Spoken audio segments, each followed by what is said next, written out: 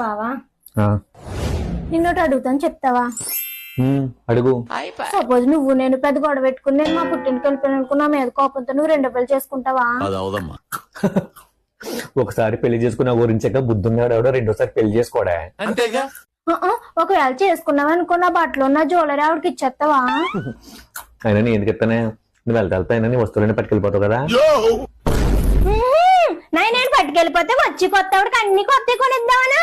Planning చాలా బాగున్నాయి. ఎందుకు అది ఎవరితే తల్లి నువ్వే ఇస్తానా? ఈ ప్రపంచం లేపెళ్ళమైన అంతనా? అది ఎవరితే నువ్వు అడిగిన దానికి నీ సమాధానం చెప్పాను అంతే.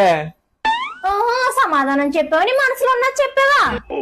మనసులో ఉన్నదేంటే? లేకపోతే ఏంటి?